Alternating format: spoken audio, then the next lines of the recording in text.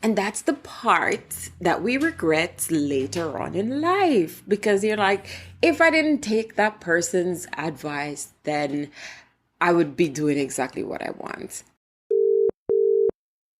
Hi, how are you today? It's raining where I am right now, and the rain actually sounds really great. I love hearing the sound of the rain, especially when it hits the top of the roof. I've realized that I don't get that in America because, most of the buildings are it's concrete. So when it actually hits, when the rain hits the roof, there's no sound. But when I can hear the rain, yeah, it's a beautiful, beautiful sound. So I've been enjoying that all morning, really. It's going to be a rainy day all day. So I'm not mad. I am very happy. So here's the thing I wanted to talk to you about today. I've always been quiet and bold at the same time, which is completely contradicting. But hey, that is me. But I've always been a really reserved person with all my thoughts and especially all my plans. And I feel like that's a great thing to have because when it comes to telling people your desires and your wishes and your plans and all of that, it doesn't normally come back to you the way that you expected it to. And what I mean by that is when you ask people for advice, like when you're telling them about something and you're just genuinely sharing with them something that you're planning on doing or exploring, and you're telling them to basically get their opinion on what you should do, and you're expecting them to see it from your perspective, but also from theirs because you kind of want their perspective on it. But they're never going to see it from your perspective. The only thing that they're seeing is from their perspective. And when you ask about something that you want to do to someone who's never thought of doing what you're suggesting ever, the first thing that they're going to think is, why? I would never do that. Why do you want to do that?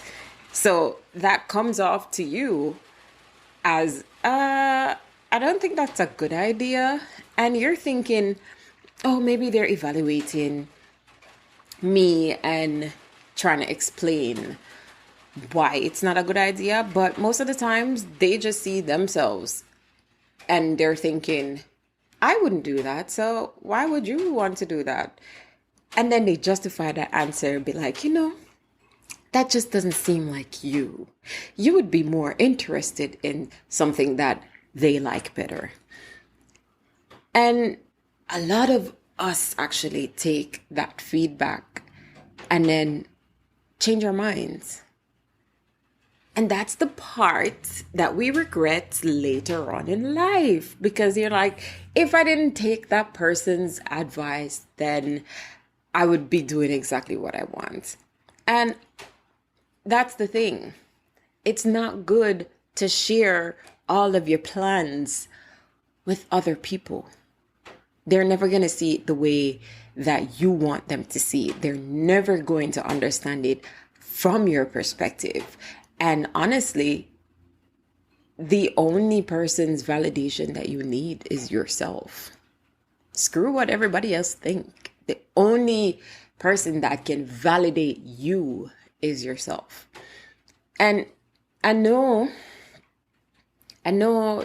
when it comes to my reservedness and me not telling people anything, it's like a few years ago before the world locked down, I was planning on going to Thailand and basically live in that part of the world for just for like 6 months around that time. Yeah.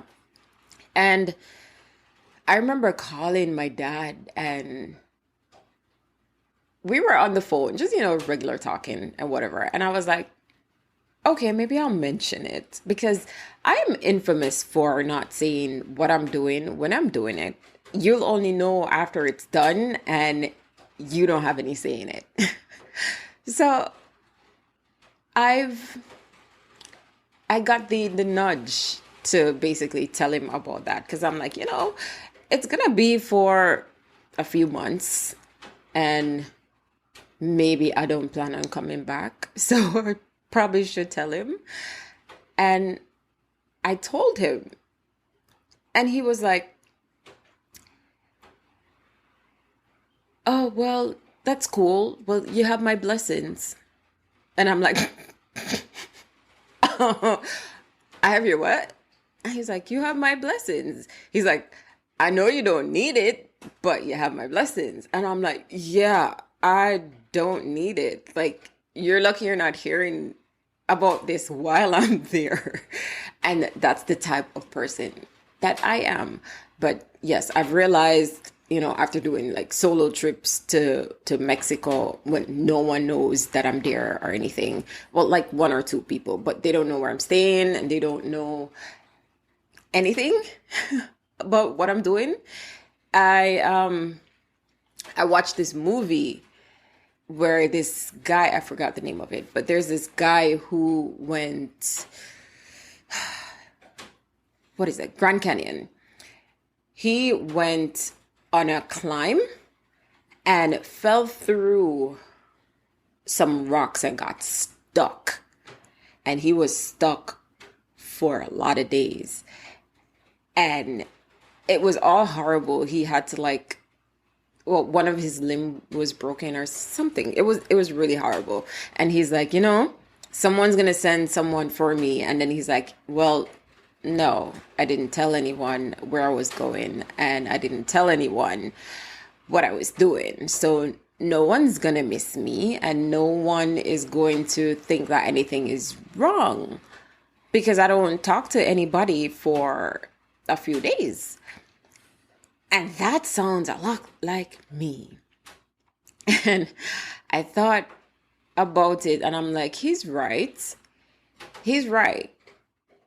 Whenever I go far away from family or friends or anything, it's always a good idea to let them know where I'm staying. And well, if they want to check in on me, they can, but I'm not gonna check in. It's like if you don't hear from me, I'm good. If you hear from me, I'm probably not good. Or maybe I'm just checking in. But I don't like sharing things and all that. But that taught me to share just that little bit of information. They don't need to know why you're going. They don't need to know any of that. You could send them this information while you're on the plane.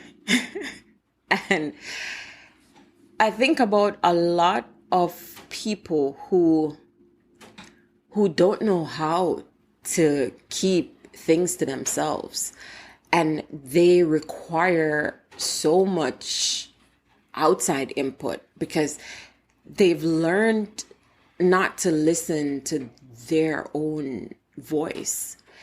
And it has a lot to do with insecurity. It's because at one point they've been taught not to trust their own instincts. So what they now do as an adult is take everybody else's opinion of them and kind of put it on themselves. And until they come to terms with those insecurities, they're never really going to fully be themselves. And I think that's why a lot of people feel like they need others to help them get where they're going. And also, a lot of people are looking attention when they just can't shut up. Because I was at this pool party, and there was this one particular person who was just louder than everybody else and had to do everything bigger than everyone else. And it's funny. I like evaluating people, and the group that I was with was having a conversation about something, and it came up that, that person was probably bullied in school.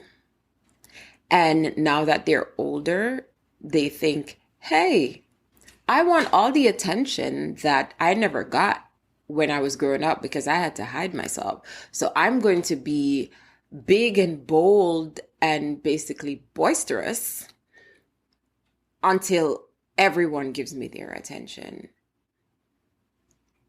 They don't feel secure in themselves, and they're seeking validation from everyone around them to make them feel like, yeah, I was seen today. It starts with you seeing yourself first. It truly does. If you have a terrible perspective on yourself, it's all you're gonna see is people looking at you terribly. You're never going to understand how someone sees the good in you if you don't see the good in yourself. And they fill the space with so much words and so much unnecessary things that they just overshare and they overshare and they overshare. And in certain cases, a lot of people, because I think I've had this happen to me too, where someone tried to sabotage my plans because they knew about it beforehand. And when we weren't on good terms, they was like, okay, I'm going to do this because I know that's what you're going to do next. And you really want this. So I'm going to make sure that I mess it up for you. There are people like that. So when you share your plans and you share your desires and you share your goals and you share everything with other people, some people don't want to see you do well because they're not doing well. And because they're not doing well, everyone else should not do well as well. Well. But we have to learn how to keep things to ourselves and not share it with everyone when it comes to really important things that we want to accomplish. Like, I'm not saying don't ever share, because wait until it's like 85 or 90% finished, like that project you're working on. Wait until it's like 85 or 90% finished, around that, before you really open it up to constructive feedback. Because if you don't feel like, okay, it's almost done, and then anything else someone points out from their perspective will either tweak it to become something better, or what you have is 100% okay with you. The next thing that I'm thinking about when it comes to asking for advice is when you feel stuck. And I do this all the time. Whenever I feel stuck on something that I'm working on, and I keep pushing and I keep pushing and I keep pushing and I try every different thing to make this work and I cannot move forward. That's when I'm like, okay, I think I need help. So I go and I'm like, okay, I need help. But from the beginning, I'm not going to ask for your help because I want this to be genuinely me instead of your opinion, your opinion, your opinion, your opinion, and then you don't actually do it. No, I'm not going to do that to myself.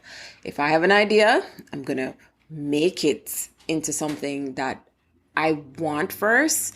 And then when I get to a point where I'm either stuck or I feel about 90% ready that, yes, it's ready to go, then I'll open up to other people and trustworthy people. Because again, not everyone wants to see you do good because they're not doing good, you know? And they think that, hey, if I succeed, then everyone else will succeed. But if I'm not succeeding, everyone else better not be succeeding. It's like, that reminds me of like when single people, and there's a lot of memes about this. When single people see like couples and they're just like, oh my God, just like go away. I don't want to see that. And it's like, but when you're in a relationship, you're doing the same thing. So it's like, it's a constant cycle around, I don't want to see that, to, oh my God, I'm so happy. But it's like that. It's that back and forth. And all of that to say, it's very powerful when you stay silent about whatever you're planning. Very powerful. Because no one can calculate how you're going to move. And the next time they see you, they're like, oh, you did what? Oh my gosh. They never know. They can't expect. They can never expect that, oh, this is something that you do. Yeah, the things that you've accomplished are a part of your character, but there are a lot of things that people don't know about you, that when you explore those things, people are like, wait, what? Why would you even want to do that? Because again, they're viewing it from their perspective. But the most important thing is to stay silent, keep your mouth shut. And I've had to learn that. Keep keeping my mouth shut. Not everybody needs to know everything. I think that's all I have today. That's kind of all I wanted to share, really. That was on my mind. And I was like, you know what? I feel like you would appreciate hearing this. So I decided to share. I hope you enjoyed. I'll talk to you next week. And that's Video Chat with Jody.